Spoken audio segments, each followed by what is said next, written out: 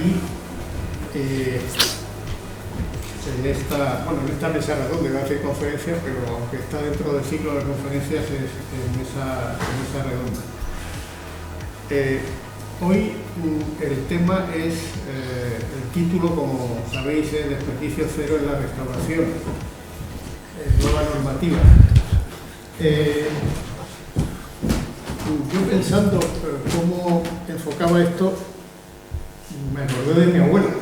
Perdonad que me ponga la familia, por ejemplo, pero cuando en un momento determinado te echaban de comer y decía, lo que hiciste en el plato se come todo, no se deja nada. Si te iban a... yo me dejaba poco, sinceramente, pero si te iban a echar, si repetías, decía, si te echo mal, te lo como. Eso, junto con la cocina del aprovechamiento, de que de un puchero se sacan unas croquetas, se hace una copa vieja, se reutiliza todo, de ese sistema en el que el desperdicio de comida, incluso yo recuerdo que las mondas de las patatas se echaban a los animales para comer, a los cerdos, para engordarlos, etcétera, una especie de pasta para comida de cerdo. Posteriormente, cuando nuestro poder adquisitivo fue creciendo, pasamos a lo que era la opulencia. Incluso llegando a una situación curiosa, y era que cuando ibas a un sitio de cierto renombre, pues estaba bien eso de dejarse cosas en el plato. Bueno, yo lo pruebo, está muy bueno, pero me dejo la mitad del plato, me dejo un porcentaje importante. Bien, claro, dicen que la historia se hace con un péndulo, es decir, unas veces se va hacia un lado y otras veces se va hacia otro. Y de eso hemos llegado a una conciencia, entiendo, en una época donde se despilfarra sinceramente alimentación mucha, hemos llegado a un momento en el que se ha puesto un poco pie en pared y se ha dicho, oye, vamos a ver cómo lo gestionamos. No sé si se está haciendo bien o se está haciendo mal. Hay una ley que se publicó el año pasado, en abril, el 1 de abril, entró en vigor el día 3, que es la Ley de Prevención de las Pérdidas y el Desperdicio Alimentario, que marca o intenta marcar la pauta de lo que es evitar precisamente este despilfarro. Hay una cosa que yo quería dejar clara, y ahora lo vamos a hablar con los tres invitados que tenemos esta tarde, y es que tirando de datos, se calcula que se desperdicia una media de 79 kilos de comida por persona y año, que ya lo es. Pero, curiosamente, aunque nuestro desperdicio cero en la restauración es nuestro título, la restauración desperdicia bastante menos de lo que parece. Parece que se desperdicia mucho, pero desperdicia bastante menos. Sobre todo los profesionales. El otro día leía un artículo de lo que fue el inicio de la nueva cocina baja, con Mariano, con Azar, con Susana, y uno de los principios que tenían cuando se juntaban era desperdiciar lo menos posible, que había que cortar la cebolla de una manera que no quede nada, es decir, que hay que utilizarlo todo, la patata, etcétera, todo. Bien, pues en los hogares se calcula que es donde más se desperdicia, se calcula que entre un 20 y un 30% de alimentos que se compran van a la basura, porque caducan, porque se ha hecho una comida y no se ha comido, porque no había apetito ese día, por infinidad de razones, se calcula eso. Sin embargo, la restauración está entre un 4 y un 10% de media, y ahora entraremos en más detalle. En principio, en la restauración, quien desperdicia es el cliente, curiosamente. Está en torno al 30% lo que dejan los clientes en los restaurantes que no se comen, porque nos ha pasado, porque no nos gusta, por las razones. Estos son datos simplemente para poner el marco de lo que vamos a hablar ahora a continuación, y lo vamos a hacer con Miguel Ángel Báez, porque la Diputación de Málaga ha establecido un proyecto que él es responsable, que se llama Málaga no caduca. Ahora hablaremos Tenemos también a Miguel Herrera, que es el director de Rustic Experience Andalucía, que por cierto viene de la zona cero de las catástrofes meteorológicas, ¿no? Sí. ¿Qué tal por allí? Bueno, pues la situación no es tan grave materialmente, pero sí la gente tiene muchísimo miedo, ¿no? Y sí que es verdad que lo que uno ve allí, los ancianos, un hombre con 94 años que dice que en el año 60 vio algo similar, pero ya no lo ha vuelto a ver más, que se tenga que salir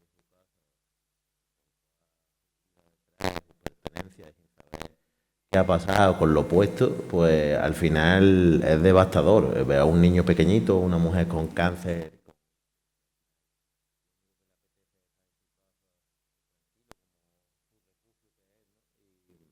Lo que es la visualización de allí es lastimoso, penoso, y sí que es verdad que tienen un semblante bastante bueno, que tienen una percepción del positivismo muy buena, pero lo que se aprecia desde fuera, porque a veces las cosas ahí en la vida hay que ver las cosas con una perspectiva desde fuera, a mí me da una profunda pena, y si me pusiera en su lugar estaría 70.000 veces pasando una situación bastante complicada de incertidumbre total, porque sí que es verdad que hay varias calles afectadas, pero el problema de todo esto son que el agua quiere salir por algún lado y hay temblores de tierra y hay pues ciertas cosas que ahora están investigando porque también es una cosa insegura el volver ahí otra vez allí, ¿no? Bueno, pues ahí está, respondiendo a la hostelería rondella especialmente, que está respondiendo con la ayuda, con la comida y sobre todo el pueblo. Es un acto de solidaridad tremendo y ejemplar. Y por último, el siguiente invitado, Javier Frutos, que es presidente de MAO, presidente de los hosteleros de Andalucía. Javier, buenas tardes. Buenas tardes. Bienvenido. Siempre son buenos, que dije que más quisiera el rico de hoy comer como el pobre de antaño, ¿no? Yo creo que eso es un factor súper importante, y volviendo a la pregunta, es que tiene que haber desperdicio, porque 3 barras por 1 euro no podemos hacer unas migas como las que se comieron ayer la gente que estaban allí, que se hicieron migas para 1.000 personas con pan de panaderos de allí. Es decir, el producto tiene que ser bueno para poder darle una vida después, ¿no? El producto tiene que tener una capacidad alta para poder darle una vida después, y sobre todo tenemos que planificarnos bien. Antes no había tanto desperdicio, porque la gente se planificaba muy bien y miraban por un céntimo como oro en paño, ¿no? Al final pasa mismo con la ropa, pasa mismo con los zapatos, pasa mismo vivimos en tanta abundancia que al final, como bien has dicho antes, está bien visto dejarte algo en un plato, cuando en realidad para los que somos cristianos, ¿no? Es un pecado dejarte algo en un plato por las criaturas que hay en todo el mundo que se están muriendo de hambre, ¿no? Y yo creo que lo que dice este hombre de Mercadona tiene toda la razón, porque al final, como bien dice Paco Lorenzo, cada vez las teles son más grandes y las cocinas son más chicas, ¿no? Al final tenemos un montón pasamos más tiempo en las redes sociales que cocinando. Pasando tiempo en las redes sociales viendo cómo cocinan, pero no cocinamos. Entonces al final estamos pecando demasiado en muchas cosas, que estamos predestinados pues al fracaso absoluto, comer lo que otros cocinen para nosotros, no lo que nos antoje. Y yo creo que tiene que cambiar mucho, sobre todo la educación en los colegios, que para mí es muy importante, que hay que seguir matizando y dando caña en los colegios, porque al final tú llegas a un colegio y no leerás nada, eso no incita al niño a comer nada. ¿Cómo es posible que se vendan menús a 2 euros, 3 euros, ¿no? Yo soy bastante drástico con esto, porque al final estamos fraguando el sistema inmunológico de los niños mediante la alimentación. Esos niños son adultos del mañana, y yo recuerdo, como bien ha dicho antes, cuando se plantean ciertas cuestiones de mi abuela, de mi madre, de mis tías, el jolgorio que había en la cocina, ¿no?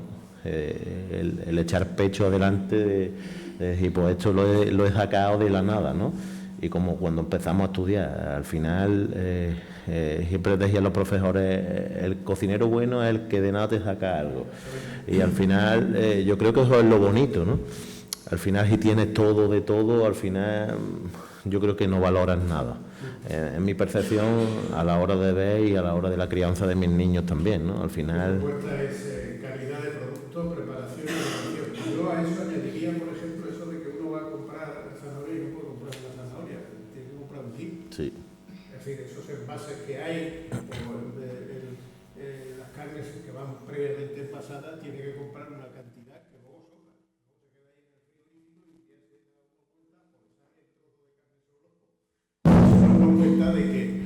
De que estaba allí. Javier, hay esa ley nueva que se implanta el año pasado.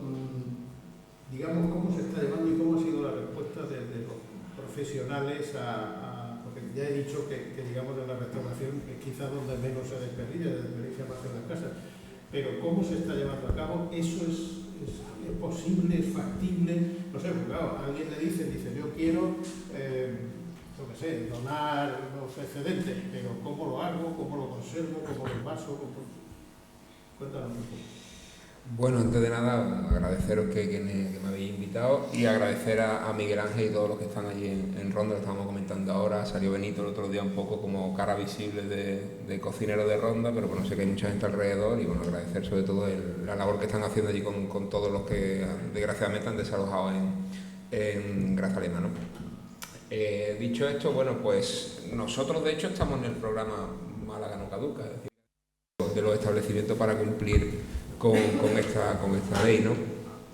Es cierto que cada vez las cocinas de los hosteleros pues están más arregladas porque al final los costes son mayores, los márgenes de beneficios son menores y al final tienes que agudizar ingenio para seguir tirando para adelante y al final una de las partes importantes de nuestro negocio son las compras.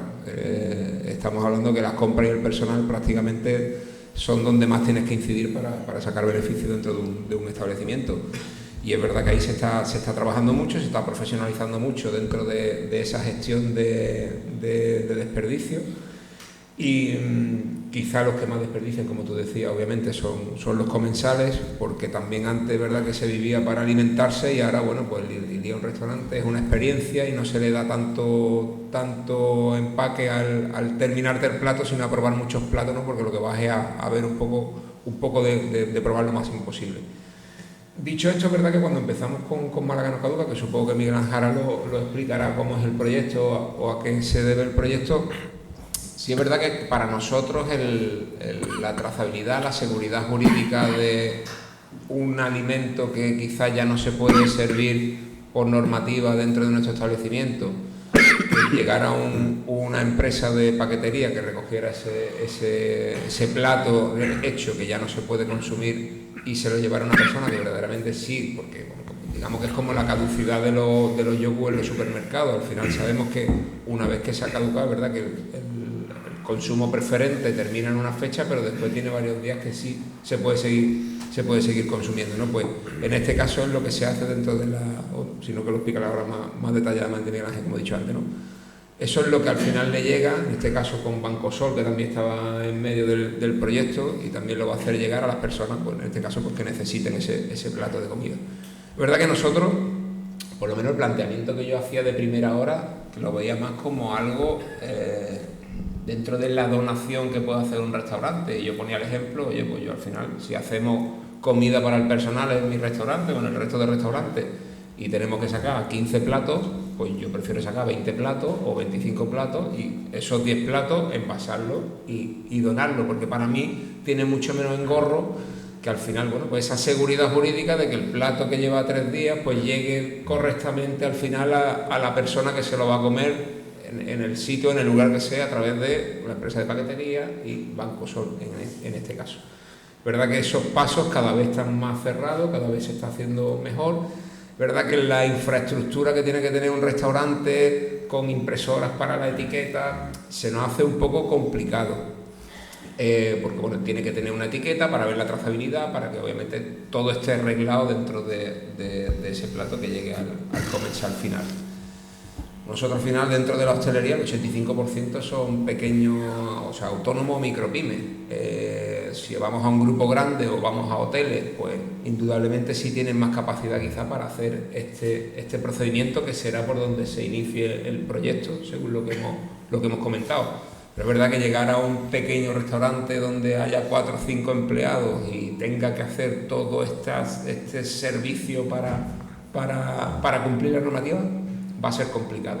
Sí es verdad que bueno, dentro de ello sí nos ponen a disposición de la hostelería una plataforma que simplemente con inscribirte dentro de la normativa, es verdad que esa parte ya digamos que la tendríamos salvada. Por tanto, tenemos esa parte inicial que sí creo que al final todo el hostelero entrará dentro del proyecto, si no proyecto Málaga no caduca concreto, que se hace en la provincia de Málaga, otros Málaga no caduca, que ahora es distinto del territorio español, y será más fácil cumplirlo. Pero es verdad que a día de hoy, en principio, se nos hace complicado, sobre todo para el grueso de lo que es el sector nuestro, o por lo menos el tipo de restaurante, el tipo de bar, de barecito de barrio, barecito de pueblo pequeño, que es verdad que la infraestructura que tiene son más complicadas para cumplir. Digamos que estáis en el momento, en un punto de rodaje, de ver cómo se puede llegar a tener una... Sí, lo vimos, la última reunión creo que fue hace 2 semanas, 3 semanas aproximadamente. Es verdad que se acercaron muchas posturas, ya se presentó la plataforma. Para nosotros Carta Malacitana siempre ha sido un referente, evidentemente, de lo que es. Yo soy también responsable de Sabor a Málaga y de siempre, pues sabéis que con vosotros hay una relación muy, muy especial, porque Sabor a Málaga nace por gente como vosotros y entidades como las que representáis vosotros y Maos también, ¿no?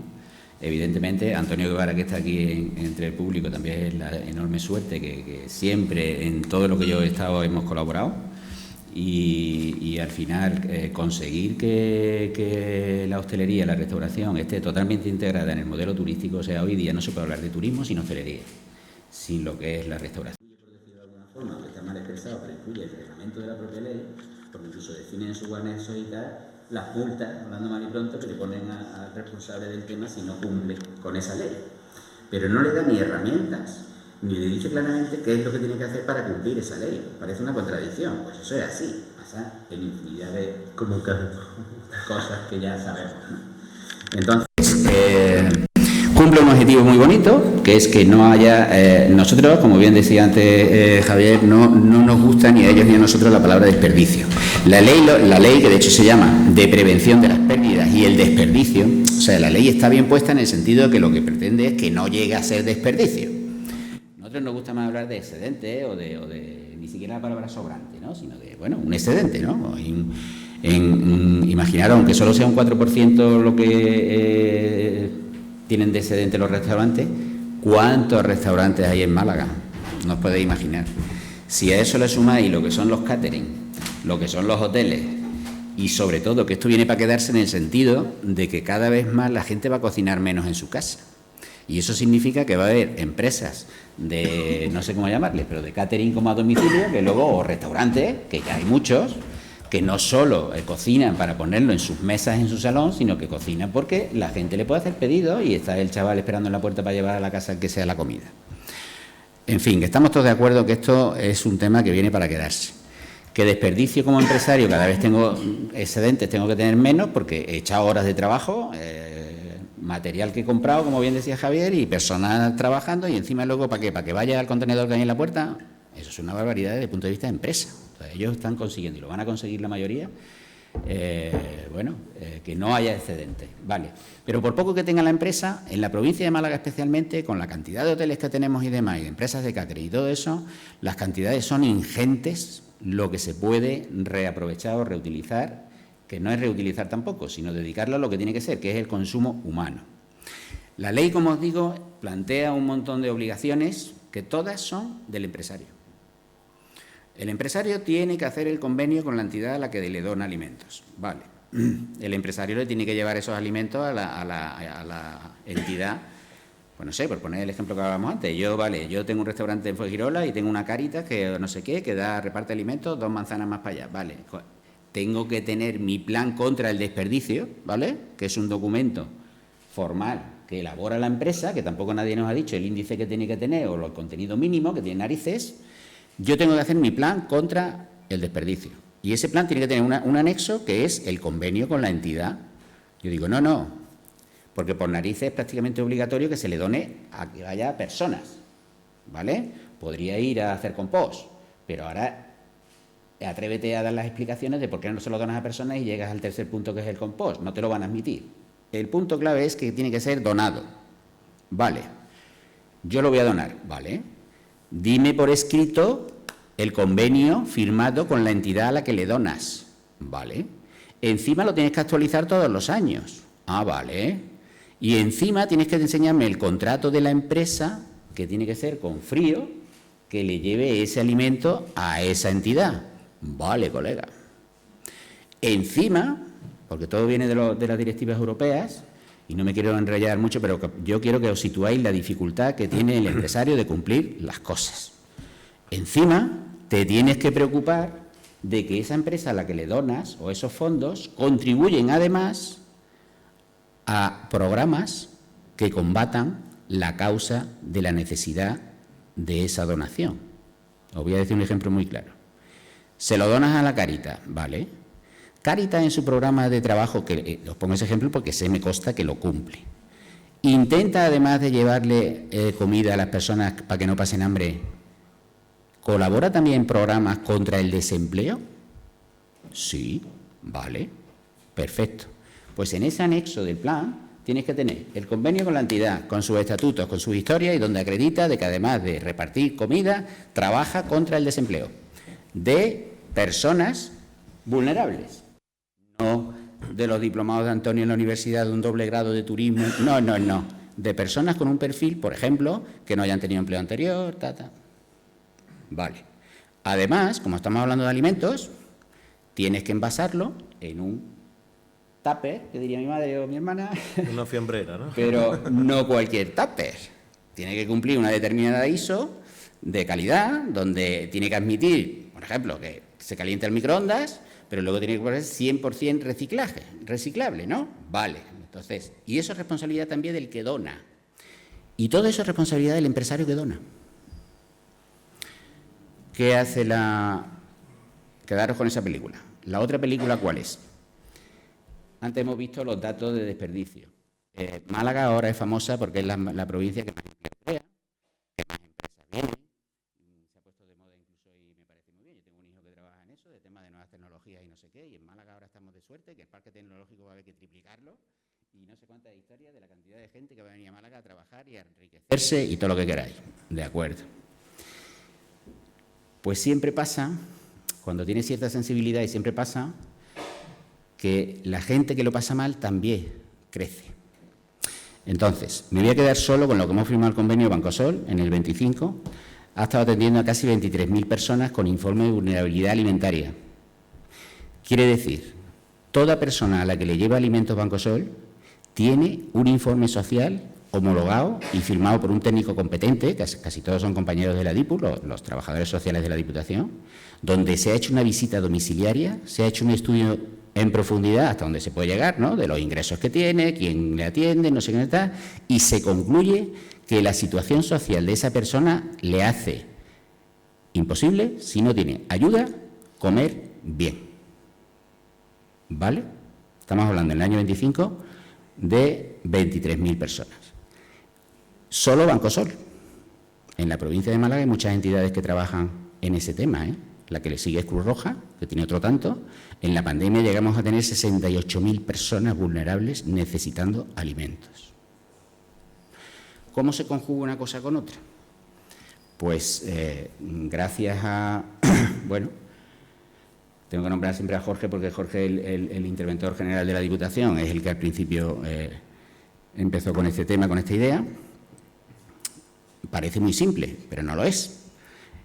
Nos importa tanto el facilitarle a las empresas el cumplimiento de la ley, ¿vale?, como el contribuir a esa realidad social que tenemos muy patentes. ¿Cómo hacemos eso? Y luego al final le hemos dado un último giro que yo creo que os va a encantar. La empresa no tiene que hacer nada. Bueno, nada. Eso me pego. La empresa claro que tiene que hacer cosas. Pero mira, hemos inventado un sistema donde únicamente por adherirte al programa ya estás cumpliendo todos los requisitos legales que tiene que tener un restaurante. Todo lo que he dicho antes del convenio con la empresa, con la entidad social, el tema de tal, no sé. La Diputación ha hecho ya, empezó con un convenio marco, donde está por supuesto Mao y Javier, con la CEM, está la universidad, está Bancosol, ¿vale? Y empezamos con un convenio marco que todo el que quiera como entidad pública o privada tal, se puede adherir a él, ¿vale? Partimos de esas 4 plataformas. La Diputación, la Confederación de Empresarios, con Mao, AECO y todo lo que corresponde, la universidad y Bancosol. Bancosol tiene detrás hoy 130 entidades sociales que participan en el programa, ¿vale? Con lo cual, cuando la empresa se adhiere a eso, ya está cumpliendo el tema del convenio con la entidad, etcétera, etcétera. Incluso el detalle que os digo de que esa donación tiene que contribuir además a combatir el paro. Pues muy bien. Tenemos 3 empresas contratadas ya. Una que se va a dedicar al colectivo que más nos preocupa, que son, por ejemplo, menores de 12 años, familias que tengan menores de pequeños, ¿no? Que puedan llegar a tener problemas nutricionales incluso porque no se alimentan bien. Incluso a veces no es por falta de dinero, es por desconocimiento absoluto de esa madre o ese padre, ¿no? Que mandan al niño todos los días con un donut al colegio, en vez de mandarlo, como diría mi abuela o mi padre, con un canto de pan y aceite, que le sería mucho más barato, ¿no? Otra empresa, eso es el propio Seurnau. Otra empresa, que en este caso es una ONG, una entidad social, que no la conocéis porque es de fuera, pero aquí sí tenemos a Raval, que tiene la sede aquí muy cerquita. A Raval se va a dedicar a intentar insertar laboralmente gente vulnerable con ese perfil tan complicado que os he contado antes, de sin empleo anterior, etcétera, etcétera, ¿vale? Y Cruz Roja va a ser un programa específico con mayores. Entonces nos centramos con el colectivo de menores, con el colectivo de desempleados de difícil inserción y con el colectivo de mayores de 65 años, especificando en un tema que está y va a estar cada vez, desgraciadamente, más de moda, que es la soledad no deseada. Si mi madre pues falleció mucho después que mi padre. Si llega a ser al revés, mi padre se muere de hambre porque no sabía freírse un huevo. En la realidad social de los pueblos nos interesa muchísimo, sobre todo las personas mayores, que no tienen a nadie que esté con ellos y tal, y les produce una depresión tal que al final es soledad no deseada. Que están apartados de la sociedad, es una exclusión social por el tema de la soledad. Y una de las cosas que conlleva la soledad, de las primeras historias, y que coincide Cruz Roja con nosotros, es que dejan de comer. Dejan de comer. Entonces, eso es una especie de suicidio programado. Entonces, este proyecto, además de recoger la donación y llevarla a tal, tiene esas 3 componentes específicas que son muy interesantes, ¿vale? Hemos empezado a trabajar por lo que es la comida preparada, porque de siempre hemos dicho, si somos capaces de ir al restaurante de Javier o de Miguel y recogerle a las 8 de la noche un plato que les ha venido largo y a las 10 de la mañana está en la casa del abuelo comiéndoselo, que luego vayamos a un supermercado a ver lo que le sobra o lo que le caduca, que son garbanzos, son incluso frescos, tal, eso no nos preocupa. La dificultad terrible de este proyecto, que nadie entiende y hay muchísima gente que dice que no lo vamos a conseguir. Lo de verdad interesante es que vamos a conseguir que la comida, el excedente de un restaurante de un día, incluso ahora mismo con lo que empecemos, se recoge, lo guarda en el frigorífico Javier y mañana a las 8 de la mañana está seguro en su puerta y lo que tarde en llevárselo a la persona que lo necesita. Eso informáticamente es un tinglao. Eso es un tinglao, porque está todo integrado, es una superplataforma que llevamos más de un año y pico, yo creo que ya Antonio un año casi medio, para integrar entre todos los sistemas informáticos y tal, porque imaginaros, desde cada restaurante va a tener un programa súper chulo en su móvil, en cuanto se da de alta, le aparece un programita donde establece su menú, por ahí van los tiros. Los tiros van de que esto viene para quedarse, que yo creo y me encanta que la Diputación intente facilitarle a las empresas su tarea, descargarle un poco, no del todo, evidentemente, pero por lo menos crear herramientas que cuando ves el decreto, antes me decías tú, he leído esta mañana esto y no veas, digo, pues claro, imagínate si fuera responsable de un restaurante serio, ¿no? La ley realmente obliga, a partir del 2 de abril tienen las inspecciones, se publicó el 1 de abril, entra en vigor al año es al día siguiente. El 2 de abril ya pueden empezar a tener inspecciones de salud y consumo sobre el tema este. Bueno, a ver qué pasa. La ley es muy estricta habla de superficies, considera los pequeños restaurantes y tal, en principio los excluye del cumplimiento exhaustivo de esta norma. Vale, cualquier hotel ya lo tiene que cumplir, pero luego no os olvidéis que, como os digo, toda la cadena alimentaria está obligada a esta ley. Entonces, todo en Málaga, que lo llamamos nosotros normalmente el canal Horeca, la hostelería, la restauración y el catering, por supuesto. Pero en su momento también están obligados los que comercializan, los grandes supermercados, los grandes... Sabéis que en Málaga hay 87 mercadonas y casi 40, me contaba el otro día el responsable que se llama también como yo, Miguel Ángel, me decía, nosotros ya casi en un año la mitad, ya lo sabéis, vamos a tener comida preparada también. Todo el que quiera se va a poder acercar a esto, el contrato inicial son 5 años, ¿eh? Esto no es una cosita que haya dicho alguien de la DIPU, bueno, vamos a probar, vamos a hacer una campaña electoral, no, son 5 años. Es súper complicado, y eso lo me vais a comprender todos, que un proyecto dure más que una legislatura. Eso es complicadísimo. En cualquier entidad pública al político le importa su legislatura, ¿vale?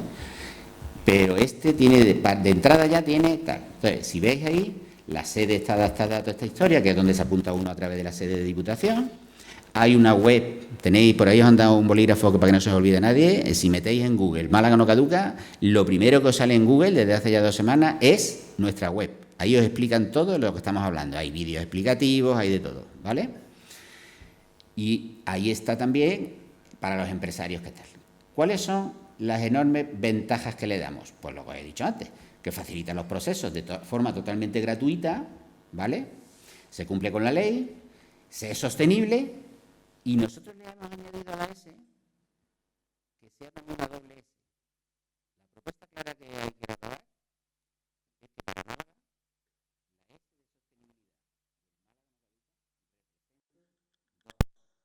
de sostenibilidad la sostenibilidad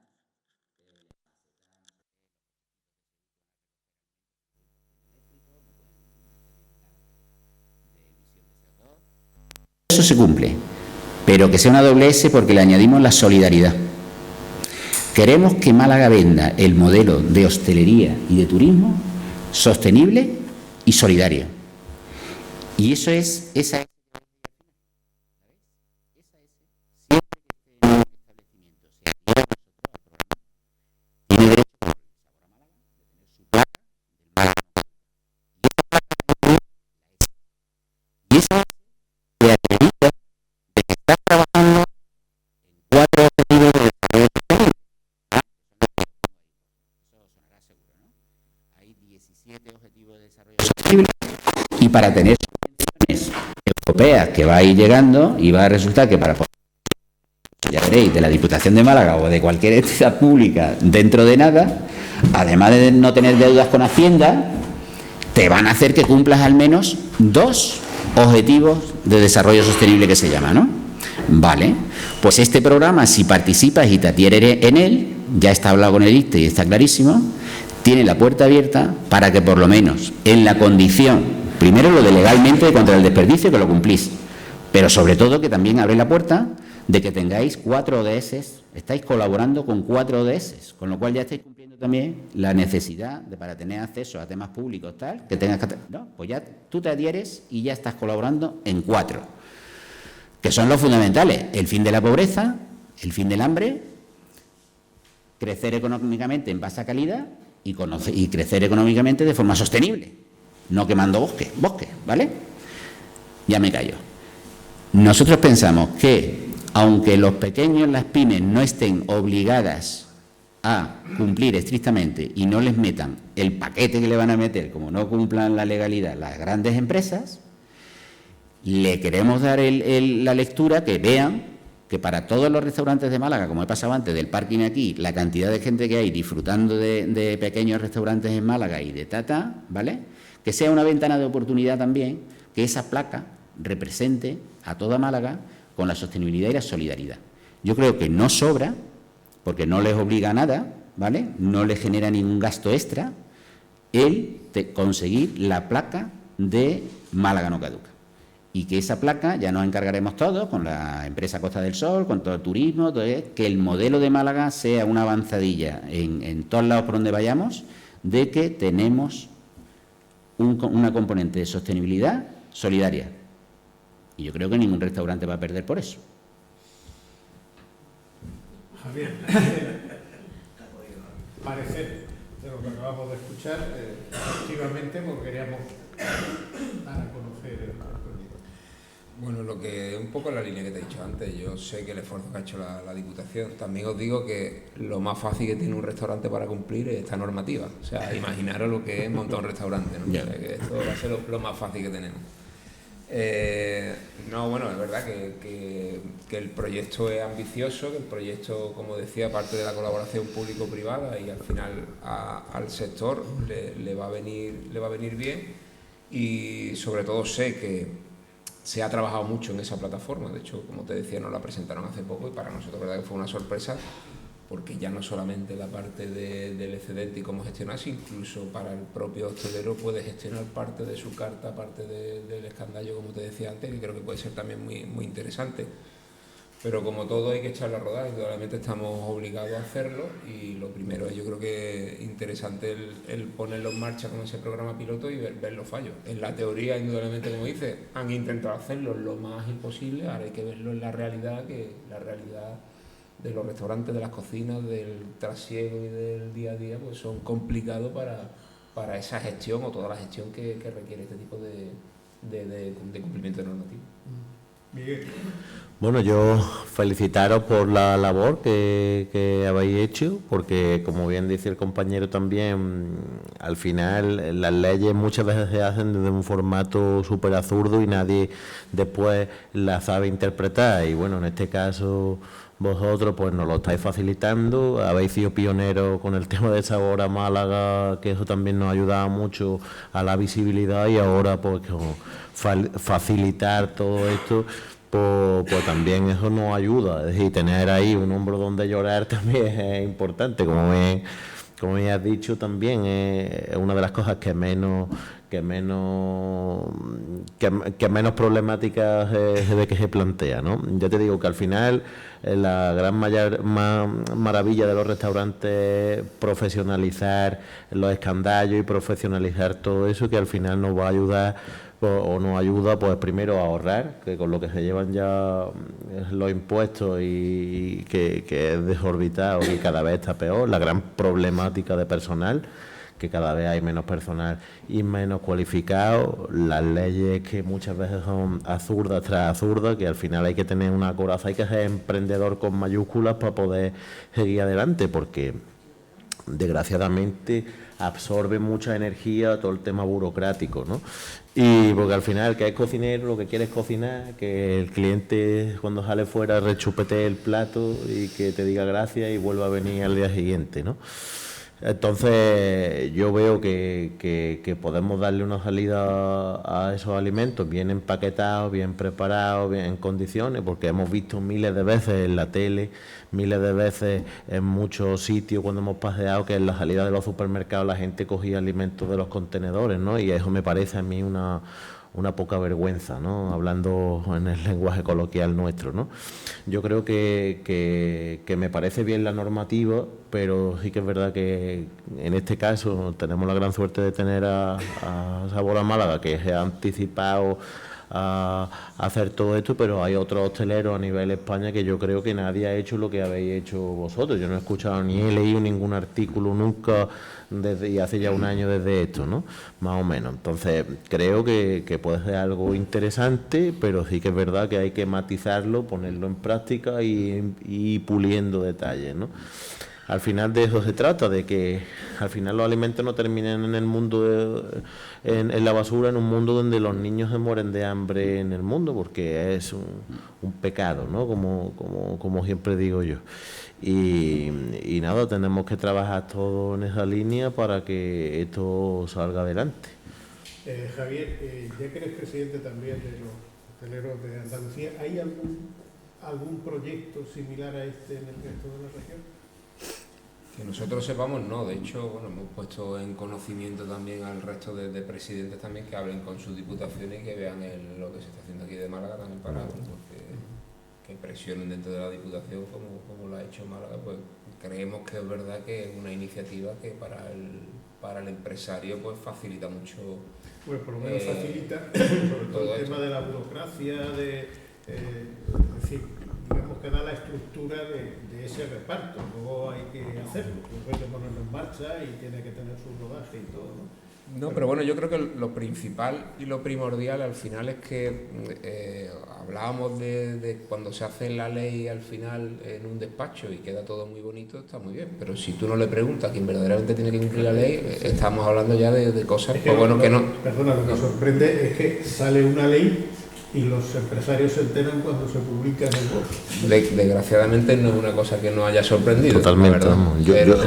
Pero bueno, sí es verdad que en este caso, como te decía, hemos tenido numerosas reuniones y sobre todo reuniones que son verdaderamente para escuchar al empresario oye, pues la problemática que nos podemos encontrar, hacia dónde puede ir la normativa, hacia dónde puede ir el cumplimiento de esa normativa y sobre todo intentar facilitar lo más posible que al final se cumpla, es decir, porque al final eso tiene primeramente un trabajo humano para llegar a realizar todo esto, tiene un presupuesto público para llegar a realizar todo esto, que por lo menos sirvan. Pues lo más normal es que quien tiene que cumplir esa normativa pues le diga la problemática que tiene dentro o en el interior de los establecimientos para que ellos pues la adapten lo mejor posible para que eso funcione.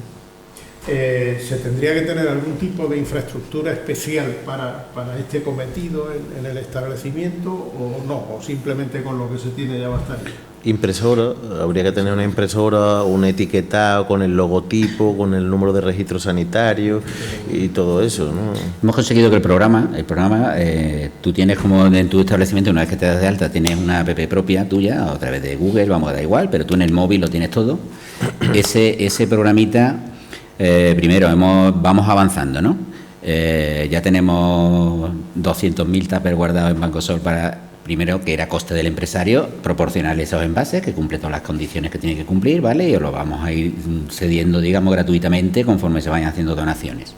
El programita automáticamente te genera la etiqueta.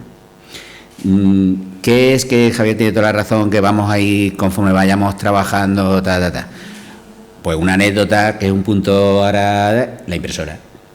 Bueno, pues ya estamos viendo posibles modelos facilitos, no sé qué, no sé tal, por supuesto del móvil imprime directamente, pero claro, la impresora. A lo mejor tenemos, se parece mucho a las de los bancos, ¿no? La de estas que va en todos lados tienen, pero esa etiqueta no cumple la normativa de salud, tiene que ser un poquito más ancha. Bueno, pues yo creo que de aquí a poco, cuando esto esté rodando y tal, seguro que lo conseguimos. Y a lo mejor pues hay alguien, no digo nada porque mi jefe ahora me está escuchando, pero a lo mejor, igual que hemos comprado los tapes, pues a lo mejor se hace un leasing de impresora y se facilita. Vamos caminando. El proyecto, además, que eso a lo mejor a los que estáis... Pero hay una cosa absolutamente única, que no es solo que los restaurantes, todo el mundo está mirándonos ahora, ¿sabes? Unos queriendo que fracasemos y otros porque hay de todo, pero hay mucha gente con una expectativa de ver de verdad esta ley, es lo que ya hemos hablado, y es un gran reto conseguir que eso de verdaderamente se materialice, cumpliendo de verdad el objetivo social que estamos hablando y todo eso, vale. Pero el tema, además, es que es el primer contrato de impacto social, y Antonio dirá, no te enrolles que te hará termina. Ahí veréis, el dinero público, estamos algunos hasta las narices. Os voy a poner un ejemplo. Se hace un curso de formación. Habéis escuchado de la Junta, hemos estado 15 años sin tener dinero europeo en formación por culpa de cómo se gestionaron los cursos de formación, que no me meto en política, simplemente de cómo se hizo el tema. Vale. Yo te pago a ti porque tienes que tener un aula de 60 metros con 40 pupitres, un mínimo de 15 alumnos, el profesor tiene que tener estas condiciones, Si me das ese curso yo te doy 100.000 euros. Ah, ¿y ese curso para qué es? No, para insertar a la gente laboralmente. Ah, ¿tiene algo que ver eso que te pagan con el resultado de ese curso? Contestad que no os vais a equivocar. Cero. Cero. El dinero público paga ese curso, pero si luego no se coloca a nadie, da igual. Tú has cumplido, como empresa o como institución o lo que sea, Carta Malacitana, hace un curso para insertar cocineros, habéis puesto el aula, habéis puesto la silla, habéis puesto el profesor, yo te impongo incluso el libro que tienes que repartir, el número del aula que tiene Antonio en la universidad, de puta madre, ¿no? Tantas cocinas, tantos fogones, tú lo has cumplido todo, yo te pago. Vale, ¿y ese curso para qué era? Para insertar a chavales jóvenes en el mercado laboral. ¿Y cuántos habéis insertado con ese curso? Ah, no sé. ¿Cómo? ¿Cuál es la enmienda a la totalidad? Arrabal va a hacer cursos para insertar a personas con informe de vulnerabilidad social, o sea que son gente complicada a la hora de encontrar trabajo, y solo le vamos a pagar por los que inserte. Nos da igual lo que haga, porque a algunos tendrá que enseñarle a pelarse, a afeitarse, a vestirse, me da igual, nos da igual. Eso, que yo soy también experto docente de la Junta en su momento y todo eso, si me escuchara mi antiguo jefe de la Junta diría, qué barbaridad estás diciendo. Es un acierto pleno. La gente que trabaja sobre el terreno y sabe y está colocando a ese tipo de personas, como en este caso la ONG, que es una ONG Arrabal, yo no le tengo que obligar a que haga esto y aquello. Lo que sí le obligo es que parta de un perfil complicado y que lo inserte.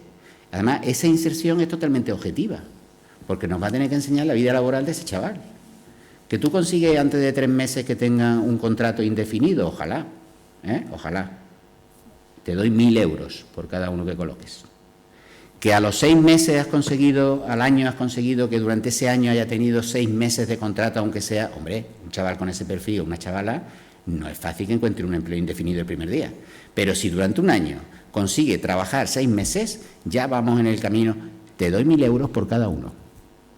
Lo digo porque es público. Así trabaja. Esta forma de contrato público es la primera vez que se hace en Europa. Y diréis, no me lo creo, no lo creáis. Hay que ir educando a la gente, y el empresariado me consta, de las reuniones que tuvimos al principio y todo eso, que lo ven como una de las cosas, parece una anécdota y no es una anécdota. La gente en general va a apreciar un montón a que el dinero público, que es de todos, vaya a pagar resultados. Y no me digáis, joder, 1.000 euros por cada persona que inserten. ¿Podéis echar la cuenta de cuánto puede ser que un chaval de 35 años que ya lleva sin trabajar y que no trabaje nunca y se jubile sin haber trabajado y que dependa toda su vida de dinero público? ¿Tenéis idea de lo que supone para ese gasto durante toda una vida dependiendo, aparte de lo que humanamente significa, que no se realiza, que no está, ¿vale? Aparte de eso, solamente mirando el dinerito que le cuesta al erario público, no es sostenible. Entonces, esta idea de empezar a pagarle a la gente, a Seur solo se le paga por lo que efectivamente recoja y las raciones que entregue y que lleguen a la casa del que se la va a comer. El lote 1, el lote 2 y 3, que son, lo llamamos los lotes, exactamente igual. El más claro es el del empleo. Cuando Cruz Roja trabaje con un abuelo que tenga soledad no deseada, un experto en ese tema, psiquiatra, psicólogo, tal, nos garantizará que es una persona vulnerable y que padece esa dolencia, ¿vale? Y le daremos un tanto, no tanto, que son 700, una vez que ese mismo especialista vuelva a evaluar a esa persona y nos garantice que ya no tiene ese problema. Está curado, entre comillas, ¿vale? Se paga por resultados. Y eso, ya está, no me enrollo más, parece difícil, pero cuando se explica un poquito parece casi, bueno, pues es un cambio de chip del dinero público. No es que te pago una cosa para que esté ahí, no, te pago por resultados. Y cuando ya concurrieron a ese pliego y todo eso, concurre gente, me está encantando, porque concurre gente que es capaz de asumir ese reto. Oye, yo quiero hacer esto porque a mí me importa colocar a esas personas, por ejemplo, en el mercado laboral, y creo que lo estoy haciendo bien y sé hacerlo. Entonces, el tener este contrato con la Diputación nos va a facilitar que ese modelo se extienda. Y si imaginaros la diferencia, que por ejemplo en la Junta de Andalucía o lo que sea, todo el dinero que se dedica a formación, en vez de gestionarlo sin evaluar para qué sirve, se hiciera de esta forma. Os digo yo a vosotros que la eficacia que tendría ese dinero no tiene nada que ver con la eficacia que tiene ahora. Merecería la pena, porque ninguna empresa se metería a trabajar en insertar a gente parada o a ayudarle a encontrar empleo si no fuera, ¿lo veis? Si no estuviera convencido de que su sistema funciona y tal, porque solo voy a cobrar porque el que de verdad coloque. Bueno, ya está, no os quiero cansar.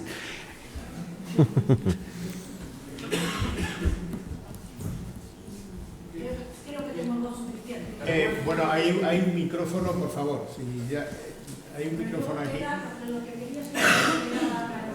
Hola. Solidario y sostenible, pero ahora iba a hacer una pregunta. Esto está dedicado al canal Oreca.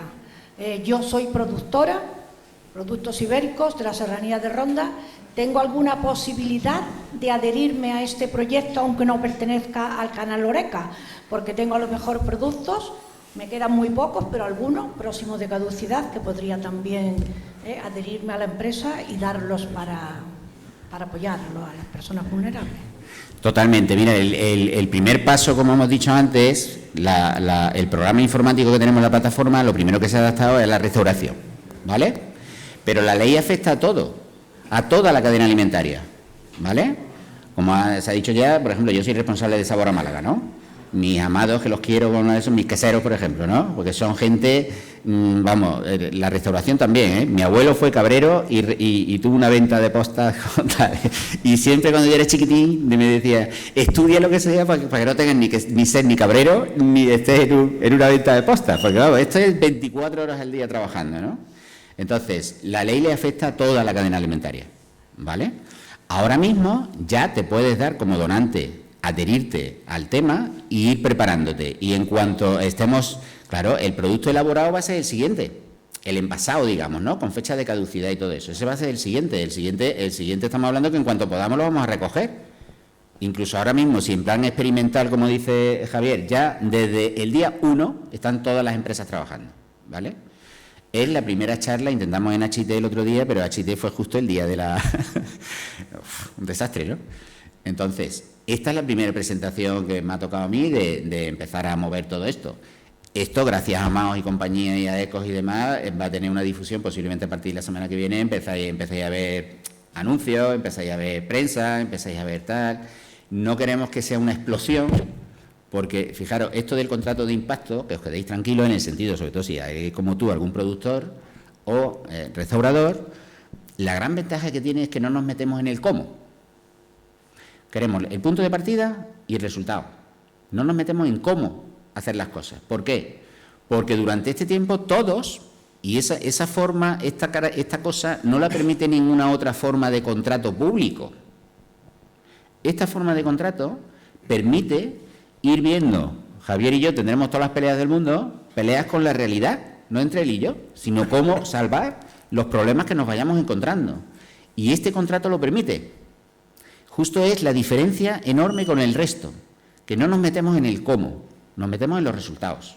Nosotros solo fiscalizamos y pagamos por resultados. Y en el cómo, pues en cuanto terminemos con los restaurantes, de que esa plataforma esté adaptada a sus productos, tú ya puedes empezar. Tú te puedes ir de alta como donante, ir diciéndonos sobre todo tus sugerencias, de decir, oye, pues yo no veo claro esto, no sé qué. Sobre todo porque vamos avanzando a que si el siguiente, el productor de quesos, salchichones y tal, ibéricos, como muy bien dices tú, perdona que te tutee, eso es un aprendizaje para nosotros, ¿lo ves? Hay que creerse que es una cosa de la que más nos gusta, y si no, Antonio se baja y yo también. Esto realmente es un proyecto de colaboración público-privada. Y eso no existe. Se le llena la boca a los políticos de hablar de eso y eso no es verdad. Es muy difícil encontrar y adaptar una forma jurídica, incluso de un contrato, que realmente nos obligue a todos a colaborar de verdad, pero no a colaborar en un discurso, sino colaborar en cómo se hacen las cosas, en parir esas herramientas, esas historias. Imaginaros el desastre. Ahora, todo el empresariado de Málaga, tú tienes miles de asociados, pero tú sabes cuánta gente en hostelería hay en Málaga, ¿no? ¿Por dónde andamos? Si no, ¿qué? ¿16.000? 13.000. 13.000 empresas de hostelería. Imaginaros lo que es el pollo, que cada una por su cuenta se busque la manera de cumplir la ley. Esto es una barbaridad. Esto es una barbaridad. Entonces, el primer objetivo era anticiparnos al 2 de abril del mes que viene para por lo menos tener una propuesta lo suficientemente sencilla, coherente y atractiva para que la gran mayoría del sector vaya en la misma línea. O sea que bienvenida, me encanta que te interese y ahí tienes donde apuntarte. Y en la propia web aparece abajo un correíto, ¿vale? Todo el mundo que ponga ahí un correíto, dentro de nada va a haber una especie de call center atendiendo a las dudas y tal que surjan, y va a haber gente dedicada solo a resolver dudas y tal. En el momento inicial, más que dudas, eso para nosotros no van a ser dudas, van a ser interpelaciones al proyecto para que lo podamos ir adaptando a la problemática de verdad que tenga el sector. ¿Os parece casi mentira? Pero, a ver, por lo que veo, digamos que se está un poco en el principio, que tiene que haber muchos ajustes, ¿no? Por ejemplo, en el interior de la provincia, que estamos hablando casi, intentando, nos parece un poco en la capital, en la zona de la costa, pero en el interior. Hombre, yo creo que, como bien ha dicho antes, todos recibimos paquetes todos los días y todos descambiamos paquetes todos los días, ¿no? Yo creo que puede tener, sí que es verdad que si simplificamos al máximo, nosotros tuvimos el comedor social en Ronda cuando la pandemia y ahí aprendimos muchísimo, y la verdad que sí que es verdad que la gente que está en su casa, la gran mayoría pueden valerse por sí mismas en ese sentido, ¿no? Pasaba muchas veces como un día presencié yo precisamente que estaban dando alimentos y que tiraban los alimentos al cubo de la basura, es decir, los alimentos crudos, ¿no? Entonces me paré, le pregunté y me dijo, no, es que no sé cómo cocinarlo, ¿no? Entonces hicimos un curso de cocina, pero la constancia es complicada, ¿no? Y sobre todo para gente, pues que estamos hablando de gente porque tiene problemas mentales, gente que tiene dificultades, gente que tiene predisposición pero no tiene dinero para una bombona, y ese tipo de cosas así que son también interesantes de observarlas y de valorarlas.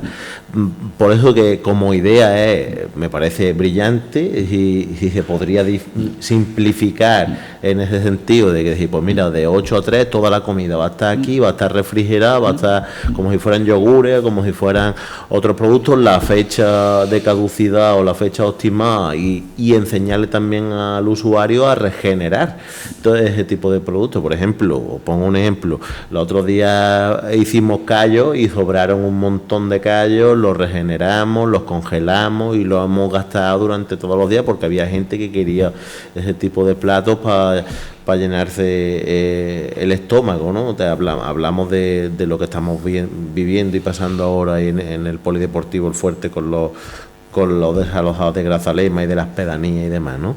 Al final ahí hay que meterse en el barro, como yo digo, y agarrarse de la mano con los usuarios y preguntarle a ellos también. Eso es el consumidor final en este caso, es el que nos va a dar mucha información. Ya hay que desmembrarlo porque en el tema psicológico también de la gente, cuando uno está aburrido, como yo digo, de la nevera al sofá y del sofá a la nevera, al final muchas tonterías se nos pasan por la cabeza, ¿no?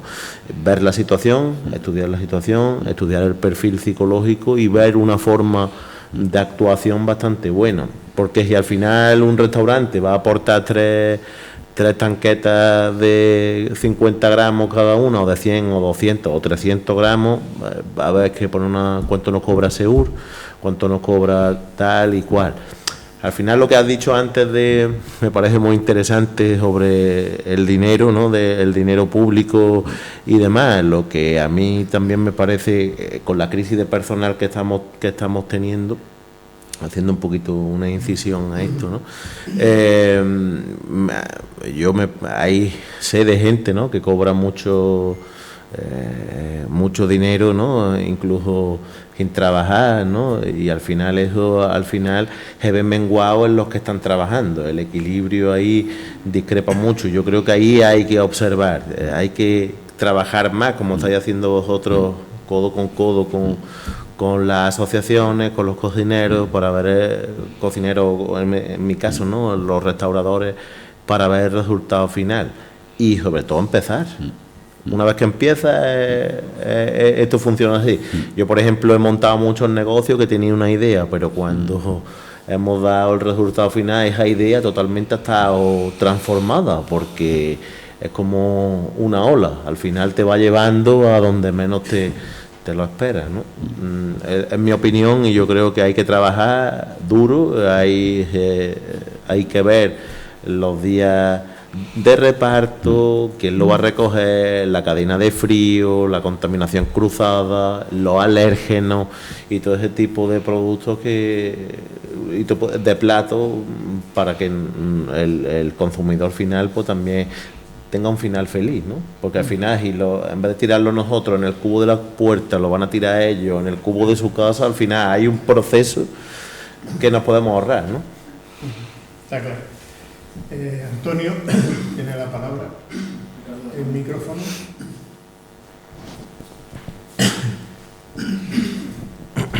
Bueno, yo creo que podemos estar satisfechos de que desde la Diputación se piense en que no haya desperdicio, aunque sea una palabra que no me gusta, porque ya se preocupa también el empresario de reducir las mermas al máximo posible. Sin embargo, a mí hay una cosa que me preocupa, probablemente porque no tenga la información. La legislación sanitaria hace que desde la empresa, desde el restaurante, se tenga que cumplir una serie de normativas muy estrictas y muy rigurosas para asegurarnos de que los consumidores, cuando vamos a cualquier restaurante o a cualquier bar de pueblo a comer, no tengamos y no corramos ningún riesgo de seguridad alimentaria. Eso en los países desarrollados, como es el nuestro en este sentido, se cumple al 100%. Es decir, nadie tenemos dudas de que vayamos a comer donde vayamos a correr el más mínimo riesgo de que salgamos contagiados de lo que sea. Eso en España está garantizado. Me imagino que cuando es así, cuando el restaurante cocina, el consumo de la comida es in situ, es inmediato. Pero este consumo de comida no es inmediato, sino que puede transcurrir 24 horas o incluso 48 horas hasta que al consumidor que está inscrito en ese servicio le llega. ¿Cómo se controla ese proceso? Porque todos los restaurantes, de las elaboraciones que hacen diariamente, tienen que guardar una muestra por si acaso hubiese una contaminación, que Sanidad pueda recurrir a ver cuál es el origen. ¿Cómo se contempla este aspecto en ese consumo de comida, que ya no es en el restaurante, que va a pasar un tiempo hasta que eso se consuma? Y lo que comentaba también Miguel, todo el tema de alérgenos y de alergias que puede tener el posible consumidor, ¿cómo se contempla en este proceso y en este procedimiento? Mira, es un tema clave, ¿vale? Por eso yo le llamo el iceberg del proyecto, ¿no? No es solo la tontería, anécdota que os he dicho antes, de que si conseguimos un plato preparado que se recoja por la mañana y a mediodía o por la tarde ya se esté en la casa del usuario, o si se recoge por la noche que esté a la mañana siguiente ya, que ese es el objeto, ¿eh? A partir del número, nosotros nos estamos planteando dar a 24 horas. Eso es casi una anécdota. Lo importante es lo que tú estás diciendo, ¿vale? Entonces, ¿por qué estoy yo en este proyecto? Aunque sea un vanadí, que no lo es, ¿eh? Esa inspección que os van a hacer a partir del 2 de abril, competencialmente, técnicamente, la hace o un veterinario o un ingeniero agrónomo, ¿vale? Eso ha generado desde el principio, porque Jorge me llama a mí y tal, no sé qué hemos dicho, porque yo soy agrónomo. ¿Quiere decir que te dé garantías de...? No, lo que os quiero decir es que desde el principio el tema que más preocupa es ese, Porque si hay alguna tontería, lo mismo con restaurantes, se mete en un pollo, si tiene algún problema de intoxicación o salta, o un productor, este encanto de maravilla del ibérico, pues yo tengo un par de amigos que no te voy a decir porque no viene a cuento, pero un caso de Casa Bermeja o un caso de Junquera, donde una alerta sanitaria a una empresa concreta por una chorrada, que a veces no son sanitarias estrictamente, sino de etiquetado, con el tema de los alérgenos, no sé qué ver. Sin embargo, lanzan una alerta y le prohíben a esa empresa. Y luego es muy curioso, porque el otro día, con estos dos casos que os digo, estaba buscando a ver si lo mismo que publicaron, la alerta sanitaria de esa empresa, y no puede comercializarse, y sabéis que llega todo Dios, y todo el mundo mirando en el frigorífico a ver si tengo este salchichón que han dicho que está no sé qué, para poder devolverlo o no comérmelo. Cuando se soluciona el problema, nos sale una alerta diciendo, oye, que esta empresa ya está guay y que no hay ningún problema con ella. No. Se queda como marcada. Y ahora, ¿cómo sale de esa situación?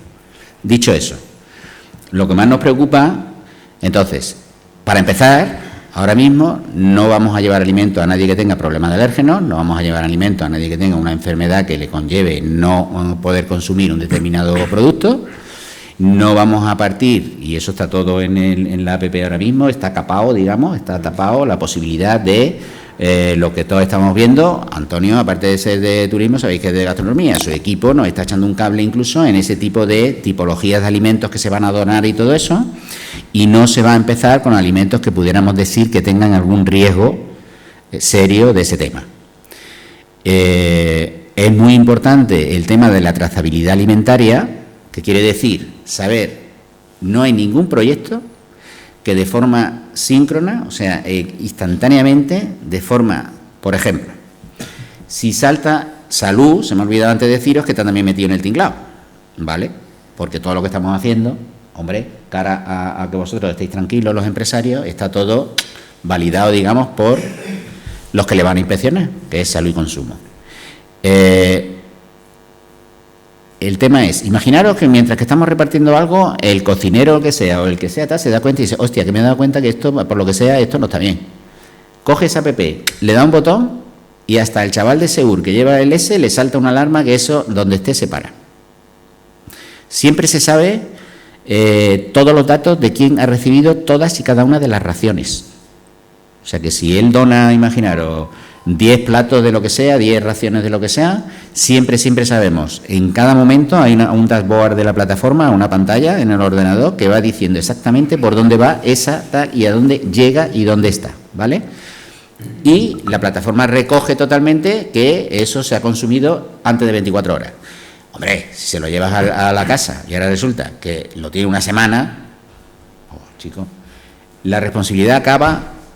Estamos intentando que el programa entero haga que la responsabilidad acabe cuando lo coja Segur en su restaurante.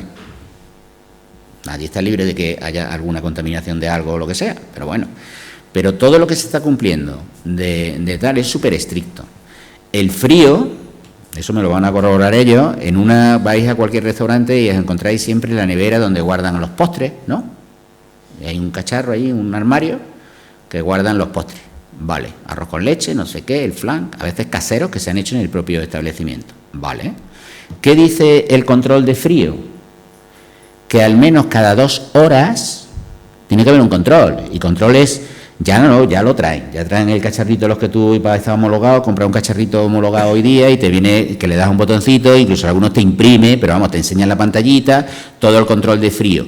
Que cada 2 horas máximo, el intervalo a medir, se ha medido la temperatura. En la antigua usanza es una libretilla. ¿Habéis visto alguna vez en un restaurante o en un bar que alguien vaya a abrirlo de eso y mire el termómetro y lo apunte en una libretilla?